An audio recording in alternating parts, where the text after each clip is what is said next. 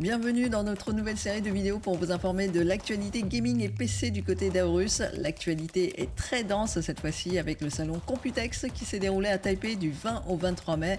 On va en parler en détail dans cette vidéo. On commence tout de suite par un tour d'horizon des jeux du moment à ne pas rater.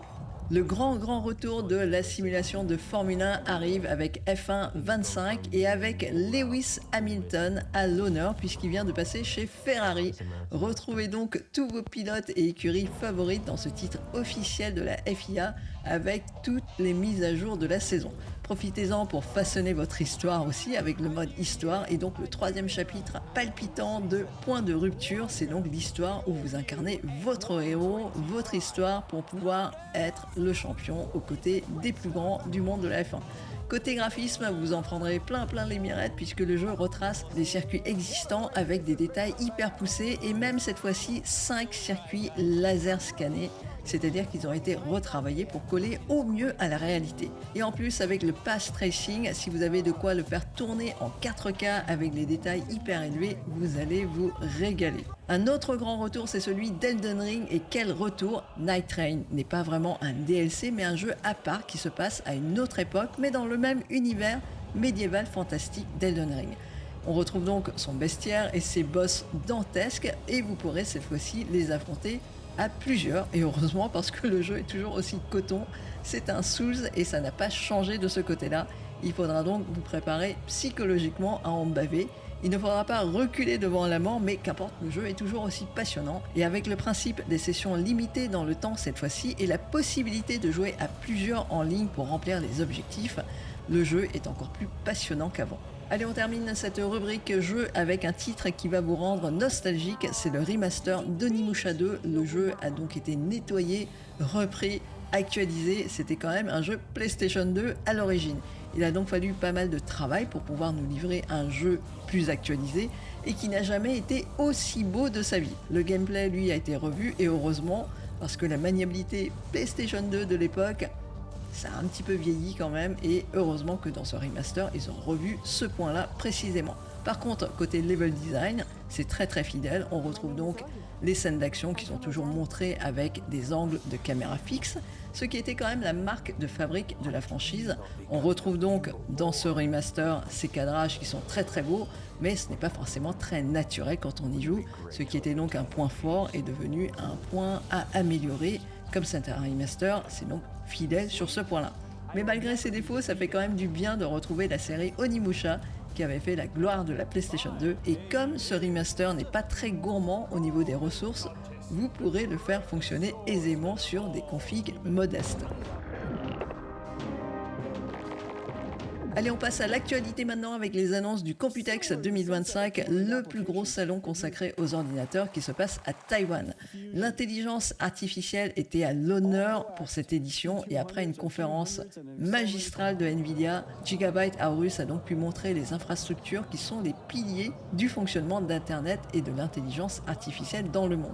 On a donc pu découvrir sur le stand de Gigabyte les racks de serveurs sur le salon. On a donc pu voir que l'intelligence artificielle est donc maintenant exploitée pour pas mal d'applications, notamment pour gérer le fonctionnement de ces ordinateurs ou encore pour la gestion des images des moniteurs. Le but est de rendre l'utilisation plus confortable et moins contraignante. En somme, on pourrait dire que c'est une utilisation intelligente de l'intelligence artificielle. Et si on redescend un peu sur Terre, il y avait aussi l'annonce des sorties des cartes graphiques milieu de gamme, la Nvidia RTX 5060 qui a été lancée lors du salon, ainsi que l'annonce de AMD pour la Radeon RX 9060 XT. Ce sont donc des GPU à moins de 400 € pour des performances suffisantes pour jouer en 1440p. En plus de ça, AMD a aussi annoncé la nouvelle version de sa technologie d'upscale, le FSR. La version Redstone permettra d'atteindre des performances bien plus intéressantes que la génération précédente. Il y aura quelques fonctionnalités basées sur l'intelligence artificielle, comme par exemple le Frame Generation, c'est-à-dire la création d'images supplémentaires à partir d'images existantes dans le but de fluidifier une image et donc avoir plus d'images par seconde. Chez Gigabyte Aorus, ces nouvelles cartes graphiques se déclinent en deux versions, une carte avec 8 Go de RAM et une autre avec 16 Go de RAM. Elles sont disponibles en série gaming et vous aurez donc droit à des LED RGB pour enjoliver votre boîtier de l'intérieur. L'ensemble est équipé de 3 ventilateurs Rockfan avec des pales qui permettent de brasser plus d'air.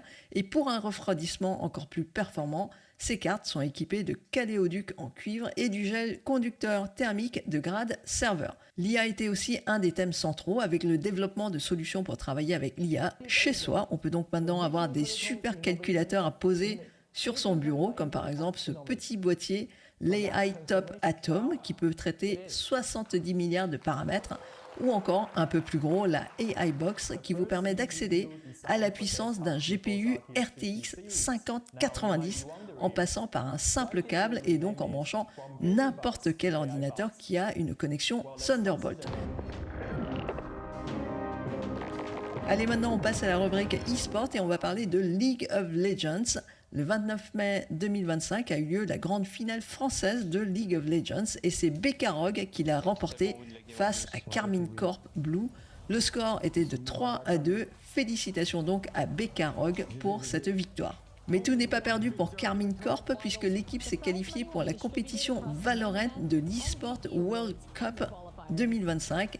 Elle fait donc partie des 16 meilleures équipes dans le monde qui s'affronteront lors du tournoi qui se passera du 8 au 13 juillet 2025 à Riyad. On leur souhaite donc tout le courage nécessaire. Et comme vous l'avez remarqué, les Français dominent la scène internationale du e-sport. On passe maintenant du côté de Counter-Strike 2.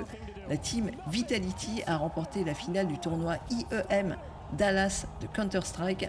Le score était sans appel, 3-0 pour un 6e titre consécutif et une 30e victoire d'affilée qui confirme bien le statut de la meilleure équipe du monde sur Counter-Strike 2 pour la team Vitality.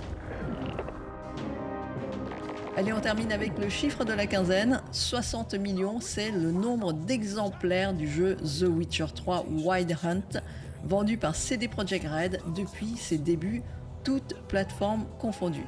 Dans ce chiffre hallucinant, il y a bien sûr les ventes de l'original qui était sorti en 2015 et aussi les ventes de l'update Next Gen sorti en 2022. C'est donc un énorme palier et pour fêter les 10 ans du jeu, ça tombe à pic. Bien sûr, le 4e volet, qui a donc un peu de pression maintenant, est en cours de développement. Pour l'instant, la date de sortie n'est pas encore précisée et on est impatient de le découvrir. J'espère que vous avez passé un bon moment avec cette vidéo et que vous avez appris quelques trucs intéressants. Abonnez-vous à la chaîne pour être informé de la sortie du prochain numéro et n'hésitez pas à nous dire ce que vous avez apprécié ou pas dans cette vidéo. On se retrouve donc très prochainement pour un autre numéro. Soyez bien là, je compte sur vous!